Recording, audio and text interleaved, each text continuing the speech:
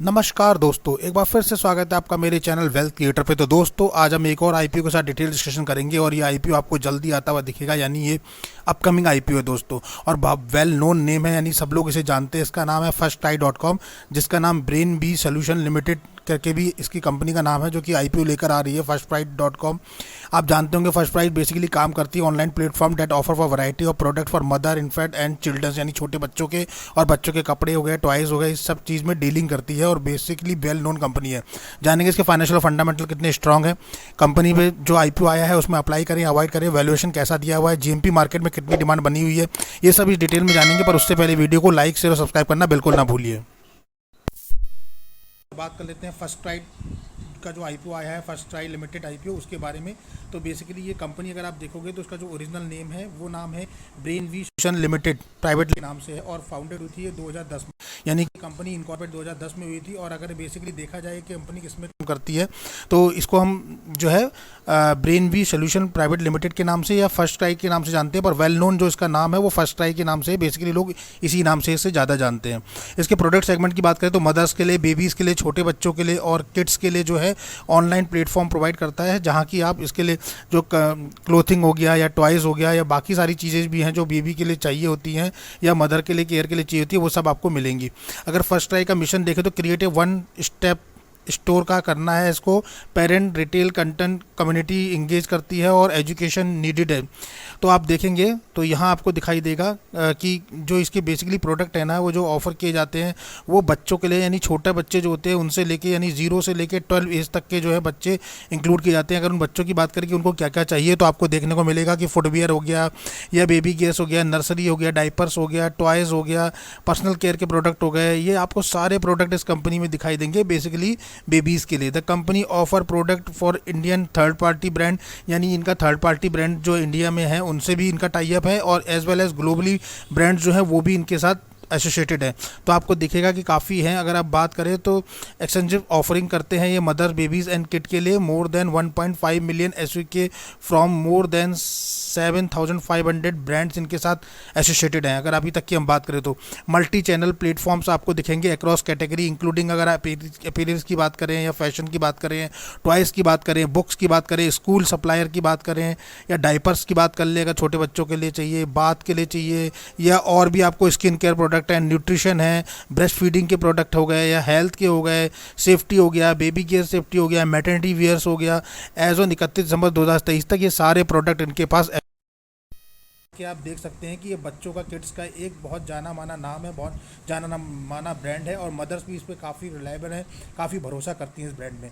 तो दोस्तों, इस टाइप से इस ब्रांड की हिस्ट्री है जो हमने आपको थोड़ा इन शॉर्ट में बताई है।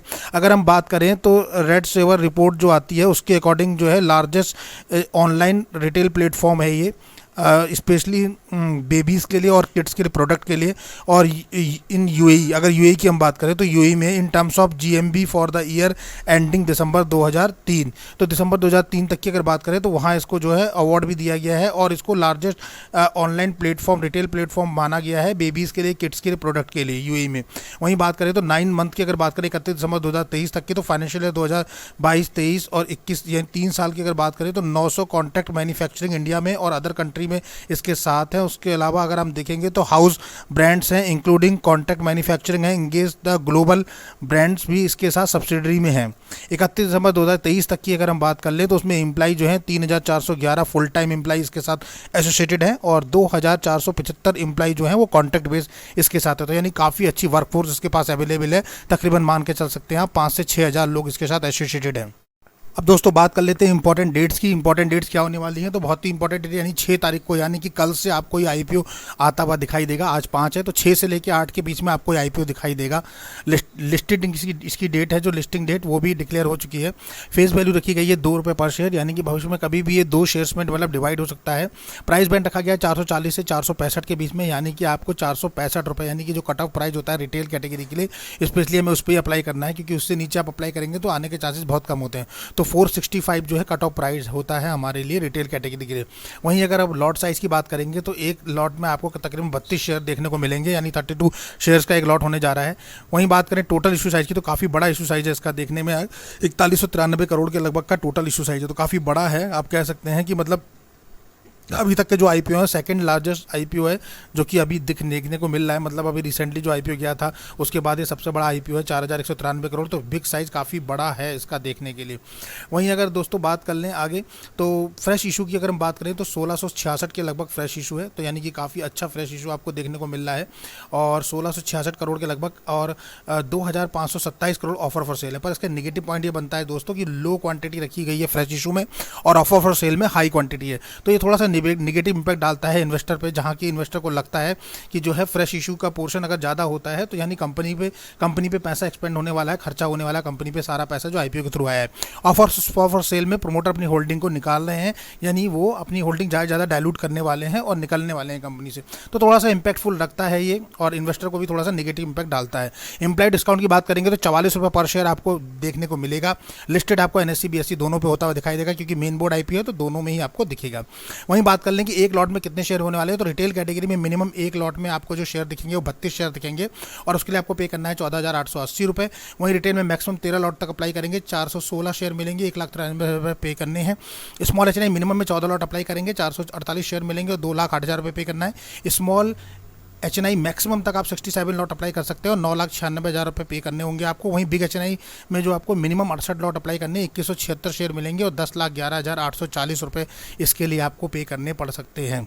तो इस टाइप से ये लॉट कैटेगरी है। अब अगर दोस्तों आगे बढ़ें और बात कर लेते हैं इसमें जो रिजर्वेशन चार्ट है वो किस टाइप से दिया गया है, तो रिटेल कैटेगरी की जो के लिए वो काफ़ी कम पोर्शन है, 10%। इसीलिए हमने लिखा है कि रिटेल के लिए बैड न्यूज़ है। अगर आपने देखा होगा तो क्यूआईबी कोटा काफ़ी बड़ा दिया गया, 75% क्यूआईबी के लिए है, रिटेल के लिए 10% है, और एचएनआई कैटेगरी के लिए सिर्फ 15% का पोर्शन है। तो एचएनआई नॉर्मल 15% ही रहता है, पर रिटेल का 35 से घटा के 10% इसलिए कर दिया गया है। जब कंपनी लॉस मेकिंग ज़्यादा होती है तो वहाँ ऐसा ही किया जाता है। जब लगता है सेबी को कि भैया लॉस ज़्यादा है कंपनी में, तो रिटेल को कम पोर्शन दिया जाता है। तो यहाँ क्यूआईबी का पोर्शन ज़्यादा है। आप देख लेते हैं फाइनेंशियल स्टेटमेंट क्या कहते हैं दोस्तों। तो फाइनेंशियली सबसे इंपॉर्टेंट है, क्योंकि किसी कंपनी की ग्रोथ या डी ग्रोथ या फिर उसको वो कैसी है उसका मेजरमेंट करने के लिए फाइनेंशियली इंस्ट्रूमेंट ज़्यादा अच्छा होता है, जिससे हमें पता लगे। तो लास्ट 3 ईयर्स के देखेंगे, 22, 23 और 24, इन 3 साल में हम देखेंगे कि कैसा रहा इसका फाइनेंशियल स्टेटमेंट। तो लास्ट 3 ईयर का कंपेरिजन करें तो अगर देखें सबसे पहले एसेट की आप बात करेंगे तो आपको स्क्रीन पर दिखाई दे रहा होगा कि 2022 में कंपनी के पास जो एसेट थे वो 6,197 करोड़ के थे लगभग, जो कि 23 में बढ़ के हो गए 7,119 करोड़, और 24 में बढ़ के हो गए 7,510 करोड़।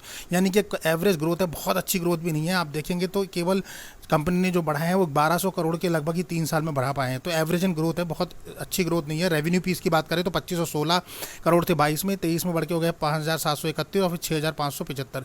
यहाँ कंपनी ने अच्छा ग्रोथ दिखाया है, यानी 2,500 से सीधे 6,500 तकरीबन 3 गुना के लगभग ग्रोथ करी है। तो रेवेन्यू पीस में काफ़ी अच्छी ग्रोथ है।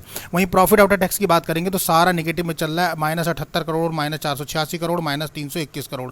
यानी प्रॉफिट आफ्टर टैक्स की अगर हम बात करें तो कंसर्न एरिया है, यहाँ कुछ भी प्रॉफिट नहीं हो रहा है। तो आप कह सकते हैं कि लॉस मेकिंग कंपनी है, पूरा का पूरा लॉस होता जा रहा है। जबकि रेवेन्यू पीस में अच्छा ग्रोथ कंपनी ने दिखाया है, एसेट में भी एवरेज दिखाया है, पर लास्ट 3 ईयर से प्रॉफिट में कंटिन्यूसली जो है ग्रोथ नहीं है। तो ये बहुत बड़ा कंसर्न है कि 3 साल से नहीं है, किसी एक साल अप डाउन चल सकता है, पर लास्ट 3 ईयर से कंटिन्यूसली निगेटिव चल रही है। नेटवर्थ की बात करें तो वहाँ भी कंसर्न है, 3500 करोड़ के लगभग था 22 में, फिर आपका 3400 करोड़ और फिर 3100 करोड़। यानी यहाँ भी कंसर्न एरिया बना है। लास्ट 3 ईयर से कंटिन्यूसली निगेटिव नेटवर्थ जाती जा रही है कंपनी की। रिजर्व सरप्लस की बात करें वो भी निगेटिव ट्रेंड में है। आप देखेंगे 3400 करोड़, फिर 3300 करोड़ और फिर 3000 करोड़ के लगभग पहुंच गया है रिजर्व और सरप्लस कंपनी का जो बचा हुआ है। तो ये भी एक बहुत बड़ा डेंट है, जिसमें आपको लग रहा है कि मतलब जो डिक्रीजिंग ट्रेंड दिखा रहा है वो बहुत ही ज़्यादा खतरनाक है, क्योंकि इंक्रीजिंग ट्रेंड तो अच्छा रहता है। और यहाँ देखिए जो आपका दिख रहा है बोरिंग का पार्ट यानी डेप्थ का पार्ट, ये भी देखिए ये इंक्रीजिंग ट्रेंड में आपको दिखाई दे रहा है। यानी कि यहाँ डिक्रीज होना चाहिए तो यहाँ इंक्रीज है, 90 करोड़ से 176, और आज की डेट में 462 करोड़ के लगभग कंपनी पे कर्जा चढ़ा हुआ है। तो सारे फाइनेंशियल पैरामीटर जो हैं वो अच्छे नहीं हैं दोस्तों। मतलब फाइनेंशियली कुल मिला के कह सकते हैं तो कंपनी एवरेज भी नहीं आ रही है। अगर हम देखें ओवरऑल सारे पैरामीटर, टोटल 6 पैरामीटर है, 6 पैरामीटर की अगर हम बात करें तो सारे के सारे पैरामीटर डूबे हैं। पर अगर हम देखें एक गुड पॉइंट इसमें देखने को मिल रहा है, यानी अगर वो गुड पॉइंट देखा जाए तो रिजर्व और सरप्लस का है। यानी आज की डेट में अगर हम बात करें तो कंपनी के पास 3000 करोड़ के रिजर्व हैं, उसके एवज में अगर कर्जे की बात करें तो सिर्फ 462 करोड़ का कर्जा है। यानी कंपनी अपने डेप्ट को खत्म कर सकती है जब चाहे तब, सिर्फ 462 करोड़ के एवज में। यानी कम से कम कर्जे के मुकाबले 4 से 6 गुना कंपनी पे रिजर्व और सरप्लस है। तो ये एक अच्छा पॉइंट बनता है। यहाँ बस थोड़ा सा एक पॉजिटिव पॉइंट है। बाकी अगर देखें तो आउट ऑफ 6 में से 2 ही की हम रेटिंग देंगे इसे, यानी कि 2 ही फाइनेंशियल अच्छे हैं 6 में से। तो कुल कुल मिला के अगर देखा जाए ओवरऑल तो कंपनी जो है लॉस मेकिंग कंपनी है पिछले 3 साल से। तो ऐसी कंपनी पे थोड़ा बिलीव करना इन्वेस्टर के लिए टफ रहता है, जहां लास्ट 3 ईयर से कंपनी ने कोई भी अपना पोस्ट नहीं किया है कि भैया उसको लॉस ही लॉस होता जा रहा है। क्यों?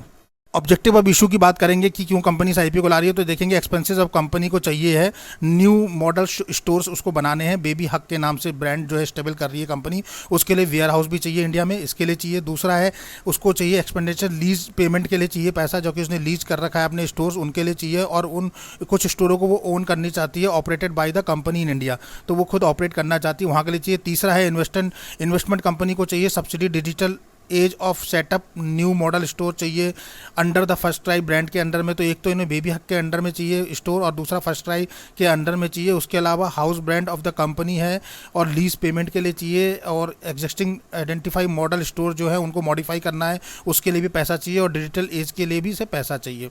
चौथी अगर हम बात करें दोस्तों तो इन्वेस्टमेंट सब्सिडी फर्स्ट ट्राई को चाहिए, ट्रेडिंग का ओवरऑल एक्सपेंसिस चाहिए, stable for the new modern store, इन्हें फिर से अपने नए मॉडल स्टोर और नए बियर हाउसेस खोलने हैं, उसके लिए भी इन्हें पैसा चाहिए भरपूर। उसके अलावा बात करें 5वां पॉइंट है तो इनका है इन्वेस्टमेंट इन सब्सिडरी ग्लोबल ब्रांड एक्विजिशन करना है। कुछ ग्लोबल ब्रांड है जिनके साथ एक्विजिशन इनको वापस करना है, यानी कि उसके अलावा एडिशनल स्टेक जो सब्सिडरी है उसके साथ भी करना है। अगला है सेल्स और मार्केटिंग के लिए इनिशिएटिव के लिए पैसा चाहिए इनको। उसके अगला 7वां पॉइंट है टेक्नोलॉजी और डेटा सर्विस कॉस्ट के लिए जो चाहिए, डेटा साइंस कॉस्ट के लिए इंक्लूडिंग क्लाउड सर्विस हो गया या होस्टिंग कॉस्ट हो गया, उस सब के लिए भी कंपनी को पैसे की ज़रूरत है। और लास्ट है इनका financial for organic growth through acquisition, मतलब बहुत एक्वाजिशन करने हैं अलग अलग कंपनीज के साथ और टाइअप्स भी करने हैं, इनिशिएटिव लेने हैं। और लास्ट है जनरल कॉर्पोरेट पर्पस। तो काफ़ी बड़ा इनका चार्ट दिखाई दे रहा है ऑब्जेक्टिव ऑफ इशू का कि कंपनी को बहुत सारे पैटर्न्स पे काम करने हैं, ये अच्छी बात है। पर यहाँ कहीं भी कंपनी ने कर्जे के बारे में अपनी बात नहीं करी है कि उसे कर्जा कैसे रिड्यूस करना है, उसका क्या प्लान ऑफ एक्शन है। अब बात कर लेते हैं ग्रे मार्केट प्रीमियम की, ग्रे मार्केट में क्या डिमांड चल रही है। तो अगर ग्रे मार्केट की बात करें दोस्तों, खासा डिमांड अच्छी दिखाई दे रही है। अगर देखेंगे तो प्राइस बैंड जो है 465 रुपये है और 85 रुपये पे ट्रेड कर रहा है। तो डिमांड बहुत अच्छी नहीं है, पर एवरेज डिमांड कह सकते हैं 18% की निकल के आ रही है। आज की डेट में जो जीएमपी है वो 18% है, तो लगभग 18% का लिस्टिंग गेन आपको दिखा के जा रही है, जो कि हमारे एक्सपेक्टेशन से कम है। यानी कि हमारा जो क्लॉज कहता है, हमारा क्राइटेरिया उससे कम है। फायर रेटिंग 3 की बनी हुई है, 4193 करोड़ का इशू साइज है, 32 शेयर आपको एक लॉट में देखने को मिलेंगे। 6 अगस्त को ओपन होगा, 8 अगस्त को क्लोज होगा, 9 अगस्त को आपको अलॉटमेंट देखेंगे और 13 अगस्त को आपको दिखाई देगा इसका लिस्टेड होता हुआ दिखाई देगा एनएससी और बीएससी दोनों पे। पर अभी मेन टॉपिक पे आते हैं और बात कर लेते हैं लिस्टिंग गेन कितना बन रहा है। तो लिस्टिंग गेन अगर आप बात करोगे पर लॉट पे कितना बनता दिखाई दे रहा है, ये सबसे इंपॉर्टेंट पॉइंट है। तो लिस्टिंग गेन जो आपको दिख रहा है सिर्फ 2700 रुपये लगभग दिख रहे हैं, 2720 रुपये पर लॉट पे। यानी अगर हम बात करें तो जीएमपी है 85 रुपये, 85 इंटू करेंगे आप 32 से, यानी कि एक लॉट में 32 शेयर है, तो आपको टोटल पता लगेगा कि 2720 रुपये बन रहे हैं। यानी 15,000 लगाने के पास 2,700 रुपये आपको और एडिशनल होते हुए दिख रहे हैं। तो यानी कि 17,700 रुपये आपके इन्वेस्टमेंट पे टोटल आते हुए दिख रहे हैं, जो कि काफ़ी कम है। और मुझे लगता है जो मैं क्राइटेरिया की बात कर रहा था वो है 20% से 30%, यानी थोड़ा सेफर साइड रहता है। जब 20% से ऊपर का लिस्टिंग गेन हो और 30% के बीच में कहीं स्टैंड कर रहा हो तो ऐसा लगता है थोड़ा सेफर है। 18% थोड़ा डाइसी है, मुझे लगता है कि शायद अभी और नीचे जाने के चांसेस बन सकते हैं। तो यहाँ हमको वेट और वॉच करना पड़ेगा। मुझे लगता है जो लोग अप्लाई करने की सोच रहे हैं अभी उनको डे 1 का सब्सक्रिप्शन स्टेटस देखना पड़ेगा कि डे 1 में कंपनी क्या है, बिकॉज कंपनी जो है वो लॉस मेकिंग कंपनी है, पिछले 3 साल से कंटिन्यूसली लॉस कर रही है, कोई प्रॉफिट नहीं है। आपने देखा ही होगा, हमने डिटेल में बताया है दोस्तों।